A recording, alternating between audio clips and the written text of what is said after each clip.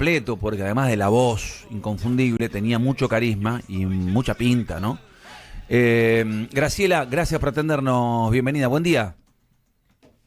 Buen día, ¿cómo estás, Gustavo? Buen día a todos. Un gusto Acá saludarte. gitaneando, como digo yo. Claro, y aparte a mí, no sé, me encanta Sandro porque además de Valentina Alsina, como yo, como mi familia, entonces me gusta mucho más, ¿eh? Y cuando lo veo en las películas y veo y repaso su historia, qué voz tenía, qué carisma y qué pinta, por eso todas las mujeres morían por él.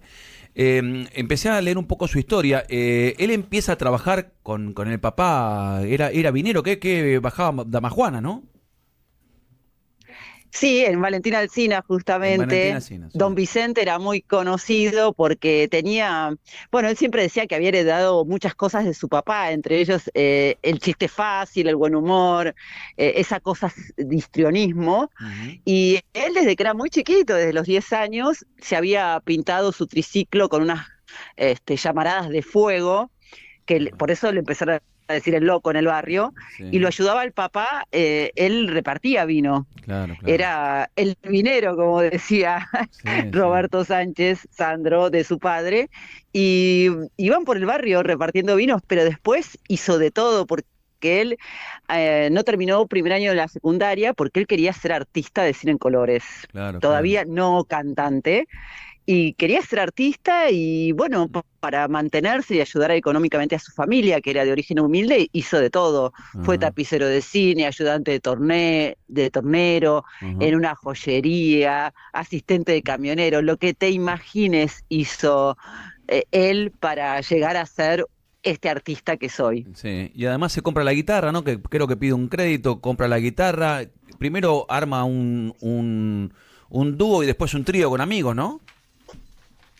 Sí, bueno, él primero, la primera guitarra que tocó, él decía que estaba como para asado, que se la tenía que apoyar, viste, contra el pecho, Sí. y ensayaba 8 horas y la mamá Nina después le hacía como unas compresas con agua porque le quedaban las manos todas hinchadas porque era una guitarra durísima, pero la primera guitarra profesional, entre comillas, que tuvo, la compró, se la pagó Vicente con un crédito y gracias a estos primeros recitales que él daba, Ajá. la pudo pagar él finalmente, pero sí, empezó dando serenatas en el barrio, volvemos a Valentina Alsina, Claro. y después ya con sus amigos del barrio, primero formó un trío que era gracioso, se llamaban Los Caribe, pero a veces eran dos, Ajá. y después de eso ya armaron Los de Fuego, Claro. la original, como decía él, no la profesional, que es con quien empezó a rockearla, porque él antes hacía un poco de todo, cantaba tango, valsecitos peruanos, Mira. folclore. Siempre el rock le gustaba, pero formalmente es con Los de Fuego con los que empieza a hacer rock, y rápidamente pasó a ser Sandro y Los de Fuego, Claro, claro. porque él era el líder del equipo y de hecho fue el que hizo pintar la batería con Los de Fuego, Claro. con el nombre de Los de Fuego, que los compañeros le querían poner los sombreros de copa y a él no le Sí. parecía tan atractivo. Estaba viendo dos cosas que no sabía. Primero que creo que el primer show que hace es en la calle Guarnes en Lanús y eso por lo menos estaba leyendo. Y le ponen Sandro porque ese era el nombre que le querían poner los padres y no lo dejaron.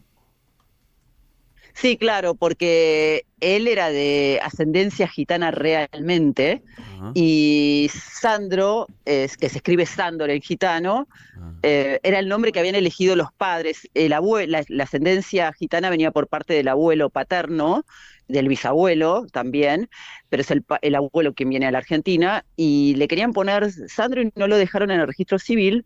Entonces, cuando a él le preguntaron en aquel primer show que fue en Lanús, fue, ¿cómo querés que te presentemos? Y preséntenme como Sandro, dijo. mirá. Y de hecho, en uno de los cuadernos de Sandro y los de Fuego que él conservó y que están en su casa de Banfield, él había ensayado 100 veces la firma Sandro, y él a mí una vez me contó que él la ensayó y no sabía a quién le iba a dar ese autógrafo, pero lo ensayó por las dudas, y imagínense cuando yo encontré ese cuaderno y vi que realmente no solo existía el cuaderno, sino las 100 veces Sandro. Sí. Ahora, Graciela, ¿quién fue el gran amor de Sandro? ¿Fue Olga o hubo alguien antes que fuera su gran amor?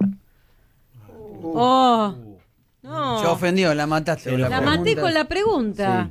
Se cortó. No, bueno, lo vamos a ubicar. Imagino que habrá sido admirador de Elvis, porque todos se parecían a Sí. Elvis, ¿eh?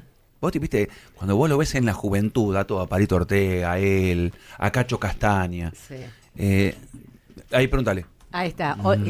Graciela, no sé si escuchaste la pregunta, pero la reitero.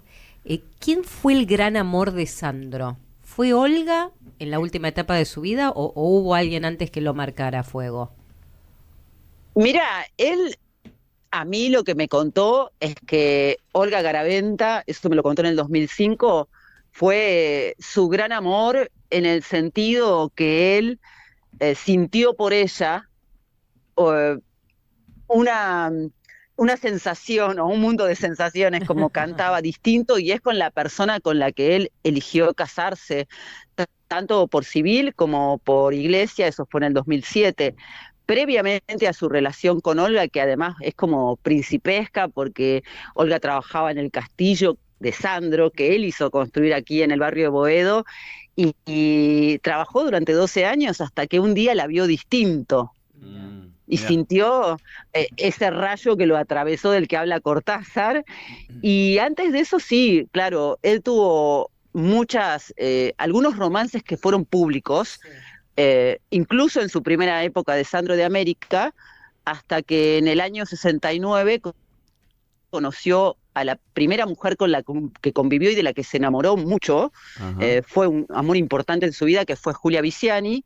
Después, cuando se separó de ella, tuvo un noviazgo muy comentado con Tita Ruz, que fue la exmujer de Alberto Olmedo, Sí, a Tita la y conozco. luego de eso, Ah. claro, con María Elena, con quien convivió casi 20 años, y finalmente Olga, que como yo les contaba, fue la mujer que él eligió Claro. para vivir, cuando se decidió a vivir como Roberto Sánchez absolutamente, porque él ya no estaba en los escenarios como Claro. Sandro.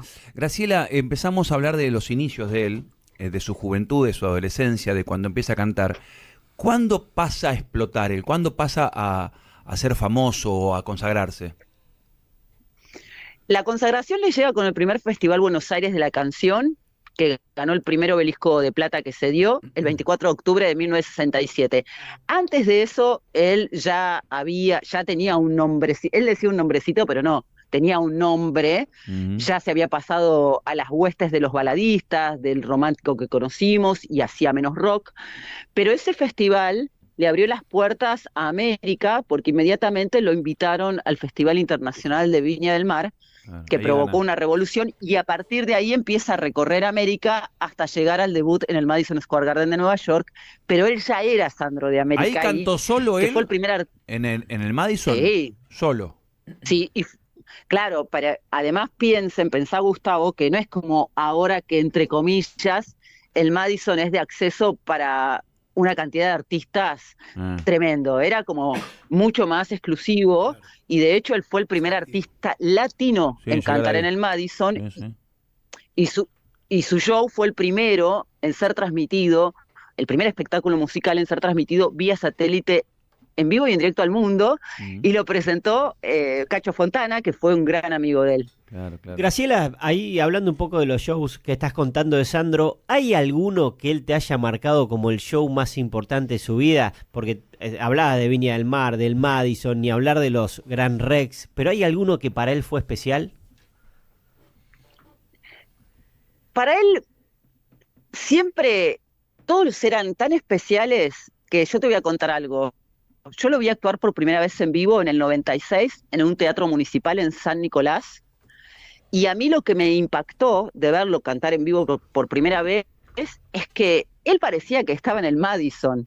Mm. Todos los recitales de él, fuera en el lugar más pequeño o en el lugar más extraordinario por su imponencia como el Madison, él lo daba todo. Y los recitales del Gran Rex, sin dudas para él fueron muy importantes, porque lo que hicieron fue permitirnos redimensionar lo que fue y es el fenómeno Sandro. Ujú. Y creo que en la temporada 98-99, que es la de los récords, que como artista, como cantante solista lo sigue manteniendo, de 130.000 los 40 personas. Gran Rex, pues claro, fue el más importante para él, porque realmente le provocó no solamente muchas emociones, sino que además él tenía, en ese momento ya había contado que estaba enfermo, así que era todo un desafío para él poder no solamente abrir su corazón como hombre y contar su enfermedad, sino estar cada noche dándolo todo, porque la verdad es que era un espectáculo